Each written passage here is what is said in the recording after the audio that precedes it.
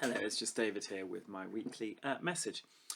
We're coming up to holidays, and I thought I'd just reflect a little bit about holidays. You're probably bored of people telling you that holidays is, of course, a contraction of holy days, and they were very often in medieval times.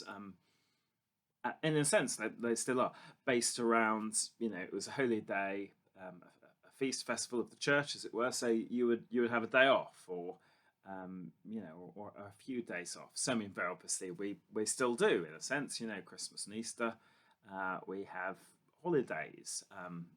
Perhaps not time of year. So many people go away as a summer, but time off work, things stop, and there are other times of the year. And sometimes you get caught out, in particular on the continent. I quite often go to Mallorca in January, and a couple of times I'm hit the end of January. I can't remember when it is. There's a St Anthony's Day, which we don't think is something great, but suddenly find everything has closed down for the day. I think it's not even all of Spain. It's just Mallorca. I don't really know the history of it, but yeah, I know it catches you out. So much so that actually one of the things that happened at the Reformation was that they cut down, or well, they did, but I mean, on the sort of number of saints' days and therefore number of holy days. And one of the reasons was that actually because of course you get kind of more and more saints, more sort of feasts and festivals in the calendar.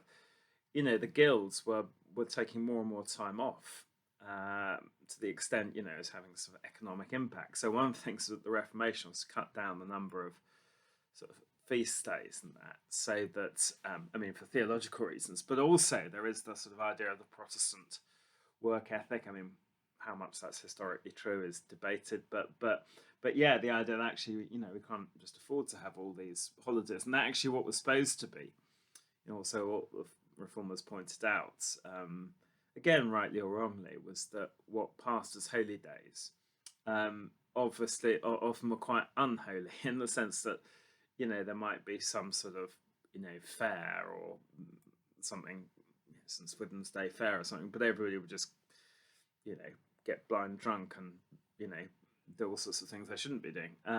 So again, yeah, it was the feeling of Protestants that this really wasn't sort of a terribly holy way to spend your time.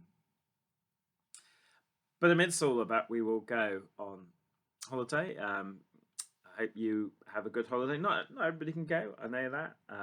Either economically or for sort of logistical or health reasons or whatever, it's not possible for everybody to go. And I must admit that if I didn't, have time away, I would, yeah, I'd be unhappy. So I feel for those sorts of people who can't get away. But yeah, if you're able to get away, that's great, and make the most of it. And I do think it's an important thing. It's an important thing to relax and to recharge. And I always think that somebody quite often goes off sort of cycling a long way or something on a holiday. It's not relaxation is or refreshment at least is not always just doing nothing. Though that might well be part of it. It may be that you're just at a stage where you do just want to lie on a beach or whatever.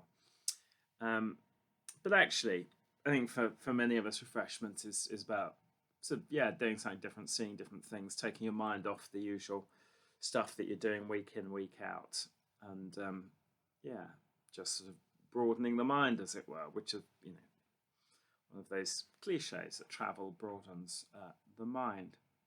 And it kind of, I sort of wonder about that, and it's interesting, isn't it? Because there's two contradictory pulls, as it were, which I sometimes I think about. I mean, I've only ever once, I have to say, I don't want to be snobbish, but it doesn't really attract me. I've only ever once been on a really sort of package holiday, which was to Bulgaria, but the Bulgarian Black Coast, which is very lovely. And a lot of a lot of those, they're the old sort of, in the sort of communist era, it was the Black Sea coast where all the sort of, the tops of party members went to, because it's very lovely. And they'd made sort of holiday camps, roughly. And we got a cheap deal because actually the hotel we went to unlike all the others, wasn't in the sort of, you know, the sort of, do they call them holiday camps, whatever, set along the beach, but was set in a town called Varna. And actually, Varna was lovely, but nobody else could believe that we didn't want to be in these sort of, you know, holiday camps. And people talk about, well, you'll have to get the bus down to them during the day, and we just thought, well, why do we want to do that? I think, you know, slight worries about security, but that doesn't terribly sort of worry me. So, you know, we found actually Bulgarian countryside and people, and I mean, much more interesting and much nicer, but also much cheaper as well. So I wonder what there is about, you know, going to, and you know, that was, you know, they're around all the world, aren't they?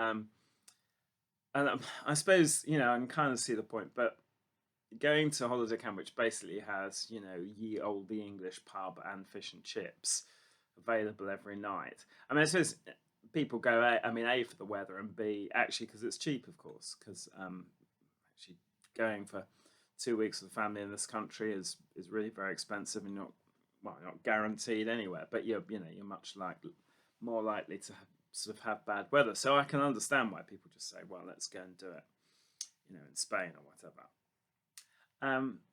So I understand it, but I think it's a very different thing. I mean, it is just taking where you are, as I say, and you know, putting it where it's cheaper, and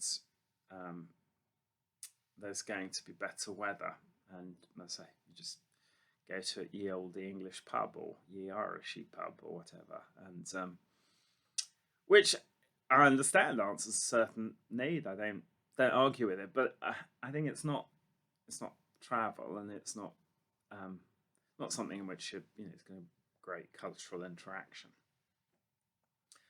And of course, the interesting thing is, of course, I mean, it depends where you live. I mean, I'm like many people in Hertfordshire, come from London originally, and of course, you know, particularly in central London, if you wander around central London, you realise the whole world has come to you. It's one of the most cosmopolitan cities in the world, not the most cosmopolitan city in the world. I was intrigued to find that actually, you know, we think of New York as the Big Apple, but if you look at, for instance, number of languages spoken, and that, London far outstrips New York in terms of diversity, which I rather liked. I mean, my mother, who taught in the local school, said she loved the sort of diversity of children, and I grew up thinking that was normal. So yeah, it's, as I say, you know, some people go to Spain and have an entirely English experience, but you know, you could just get a tube into London, and you could be in any part of the world in terms of, you know, the food you can eat, the languages spoken, etc., etc. So this all came out of thinking about holidays and about sort of refreshment and getting away, but then also that need to sort of, yeah, to sort of broaden one's mind and experiences. And yeah, I'll just end really, I think, with you'll be unsurprised to know, a sort of cycling related reflection, which is, I mean, I've sort of travelled through Europe, but fairly sort of luxuriously, really. I know you might not think so, but you know, I didn't take a tent. I stopped in sort of, you know, B&Bs or hostels, wherever I could find, sort of every night. It wasn't sort of real adventure. I'm not really into that, and you know, at the time we were in the EU, so it's, you know, very easy. All your health and your phone and everything else worked, and you know, it was all fine. Logistics are fine. Never really worried me. But it's interesting. There's a couple I watch on YouTube sometimes who do slightly more adventurous cycle traveling. Though I mean, they're a Dutch couple. I mean, to be fair, they're younger than me, and there's two of them. And also they're just, you know, that's their thing. They like going to. So they've been through all the sort of Turkmenistan and Kyrgyzstan and all the stans I can't remember the name of, and all that sort of thing.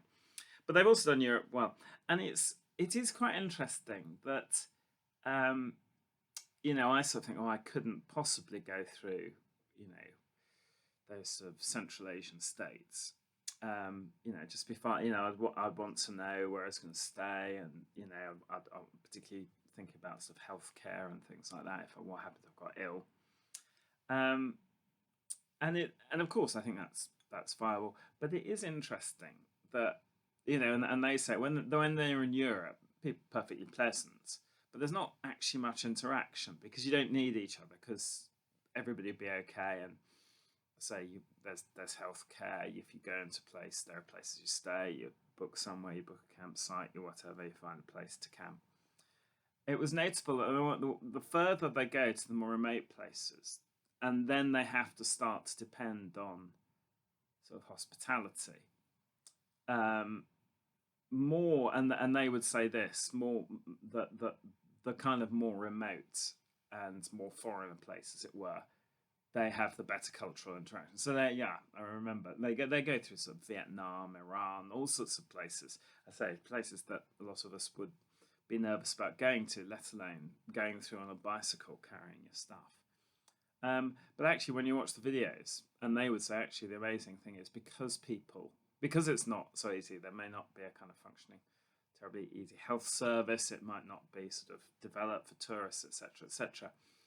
Actually, when you get there, people realise that sometimes there are people who aren't very nice, but generally they have to interact with them, and actually they have tremendous hospitality and things, and actually they've come out of each of those trips, and their major reflection is the kindness of the people in those countries. Because whatever the Iranian government thinks, and I'm certainly not an ally of the Iranian government, Iranian people, of course, are genuinely absolutely lovely, as the Vietnamese people are, and other places in the world, and places hardly can remember the name of that they've been to. So I think, it's almost perhaps one has to step outside one's comfort zone. I'm not going to cycle through sort of Turkmenistan anytime soon, though it does look fantastic, I have to say. Amazing place. But but I think perhaps one does just, in order to make that sort of cultural interaction, to properly broaden the mind, perhaps one does sometimes have to step outside one's comfort zone.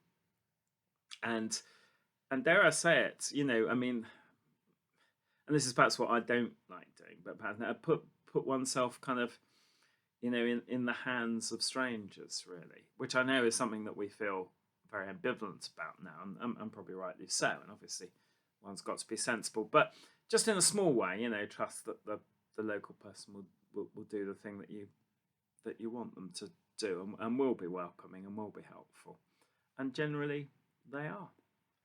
Thanks. Have good holidays.